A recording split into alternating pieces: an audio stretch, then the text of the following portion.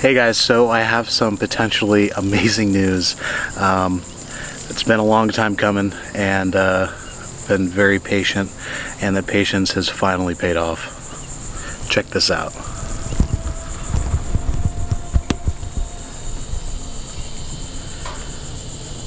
I think one of my female redfoots are finally laying a nest. She is in that trance-like state. She is digging with her rear legs.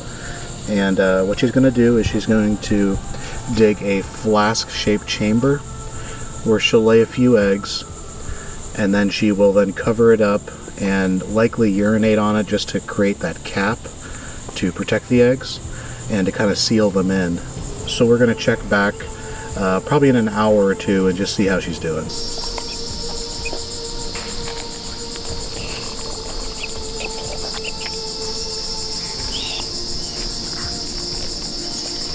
Alright guys, so we're finally back out here in the redfoot enclosure. A few hours later, she did finally finish laying the nest and covering it up. So we are going to go ahead and gather these eggs, get them in a container, and get these babies in the incubator. Alright guys, so we have our Sterilite container. There are a few holes drilled in the top as well as a few on the sides to allow for a little bit of air exchange. Alright, so we have our vermiculite here. It is already pre-mixed. It's a 1-to-1 ratio of water. You're looking for the consistency of moon sand, I guess is probably the best example I can think of, where it still kind of keeps its shape, but it's not sopping wet. You don't want it to be soupy at all. You just don't want to have too much moisture in there. It's kind of a balancing act. So we are going to put this down here and start digging up the nest. You can see that she tried covering it up here. Now I can actually feel the chamber here. My finger is sinking in a bit. So we're just gonna dig this out. And holy moly guys, we got an egg. So unfortunately one of them actually did break in the laying process. That really sucks, but can't be greedy, I guess. Let's just dig these guys out very carefully. Now I'm not worried about rotating these guys because they were literally just laid. We're just going to clean them up a little bit and set them down in the tray here. Let's see, we got any more? Well, let's get this broken one out of here. That really sucks, but it is what it is. Alright, we got egg number 3. Now Louisa is a pretty small redfoot, so I'm not really expecting a whole lot out of her. And I think that's actually it. Yep, that's all. Alright, we got 4 eggs laid total. Just one bad one that broke. Again, that really sucks, but you know, what are you gonna do?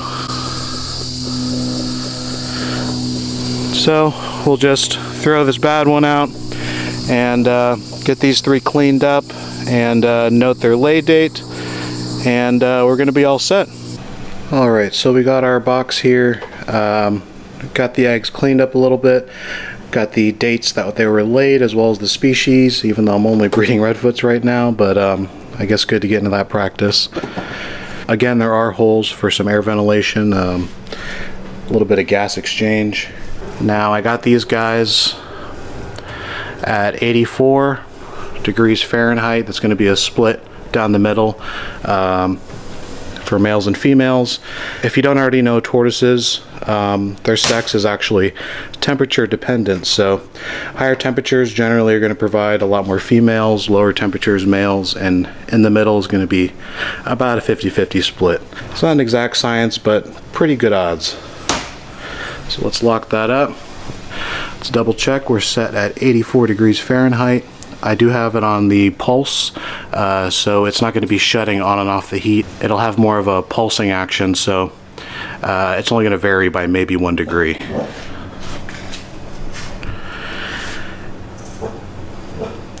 And so we have our very first eggs laid at Space Coast Tortoise. This is very exciting. I also have a thermometer and hydrometer combo in there as well, just to kind of double check things. And we have a tub on the bottom here full of water to kind of up the humidity a bit. And so we have our very first tortoise eggs laid at Space Coast Tortoise. So this is definitely a momentous achievement and one that I am very proud of. So now we're going to be feeding the tortoises. We have a bag of turnip greens for them as well, and another bag of turnip greens for the sulcata. Hey buddy.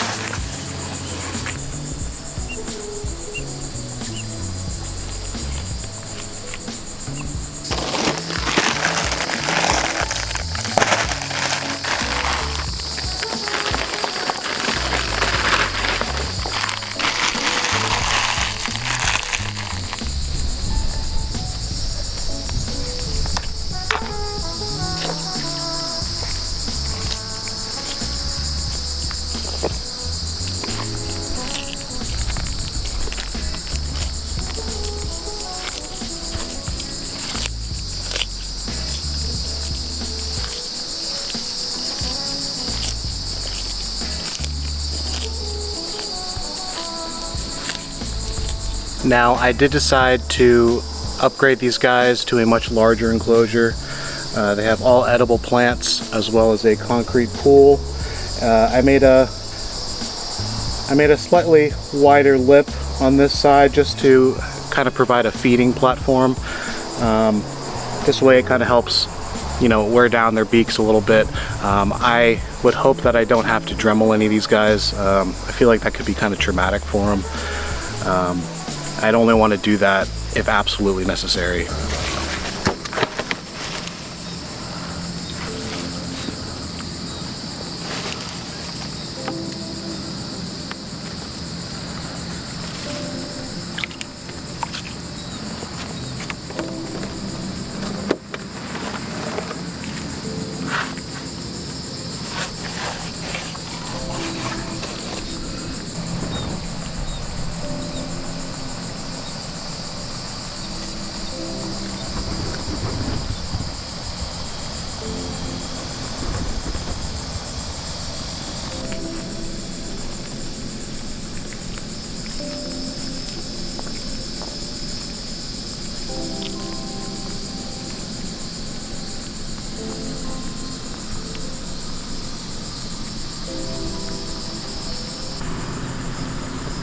Yes, you're a good boy.